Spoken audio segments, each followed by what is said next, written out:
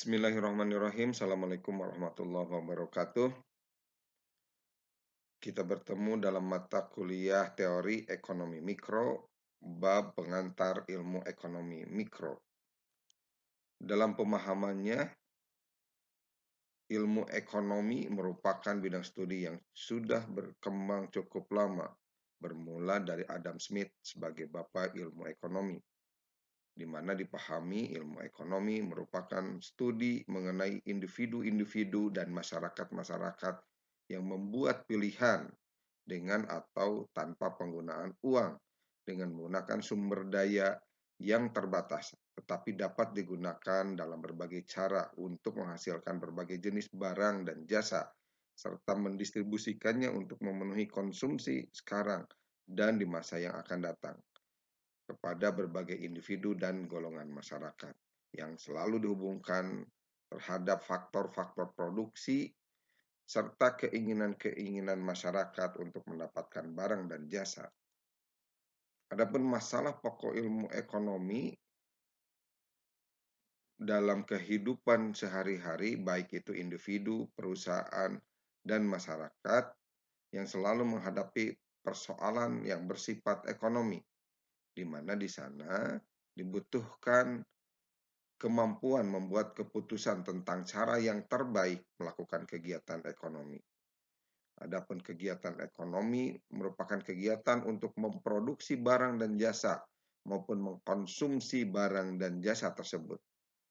Hal ini dikarenakan adanya ketidakseimbangan antara kebutuhan masyarakat yang tidak terbatas disertai faktor produksi yang tersedia untuk produksi barang dan jasa yang terbatas, di mana hal ini dikarenakan adanya kelangkaan. Kita pahami jenis-jenis barang dibagi dua, ada barang ekonomi dan barang cuma-cuma. Barang ekonomi terdiri dari barang konsumsi, barang modal, barang akhir, dan barang setengah jadi.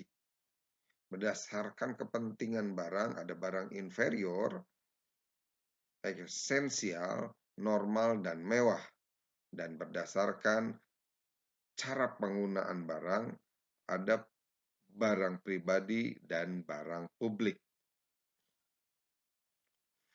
Faktor-faktor produksi dipahami sebagai benda-benda yang disediakan oleh alam atau diciptakan oleh manusia yang dapat digunakan untuk memproduksi barang dan jasa seperti tanah dan sumber alam, tenaga kerja, modal, keahlian, keusahawanan, yang tentunya ini akan menentukan tingkat produksi dan memberikan keuntungan paling banyak, serta menentukan kombinasi faktor produksi yang akan meminimumkan biaya.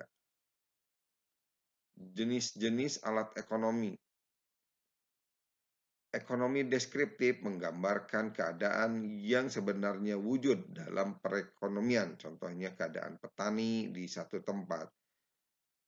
Teori ekonomi merupakan pandangan-pandangan yang menggambarkan sifat hubungan yang wujud dalam kegiatan perekonomian serta lamaran tentang peristiwa yang terjadi apabila satu keadaan yang mempengaruhi mengalami perubahan. Adapun ekonomi terapan atau kebijakan ekonomi merupakan cabang ilmu ekonomi yang mempelajari tentang kebijakan yang perlu dilaksanakan untuk mengatasi masalah-masalah ekonomi dari sisi value of judgment. Ada pernyataan positif, apakah yang wujud atau telah wujud atau akan wujud, sehingga dapat membandingkan dengan kenyataan yang wujud. Pernyataan normatif, apakah yang sebaiknya harus wujud. Ini suatu pandangan subjektif atau value judgment. Di sisi lain, pernyataan positif ditemui pada ilmu ekonomi deskriptif dan teori ekonomi. Sementara pernyataan normatif ditemui dalam ilmu ekonomi terapan. Sifat-sifat teori ekonomi. Definisi-definisi yang menjelaskan dengan sebaik-baiknya variabel yang sifat hubungannya diterangkan. sejumlah asumsi mengenai keadaan yang harus wujud agar teori itu berlaku dengan baik. Satu atau beberapa hipotesis mengenai sifat hubungan di antara berbagai variabel yang dibicarakan, serta satu atau beberapa ramalan mengenai keadaan yang akan berlaku.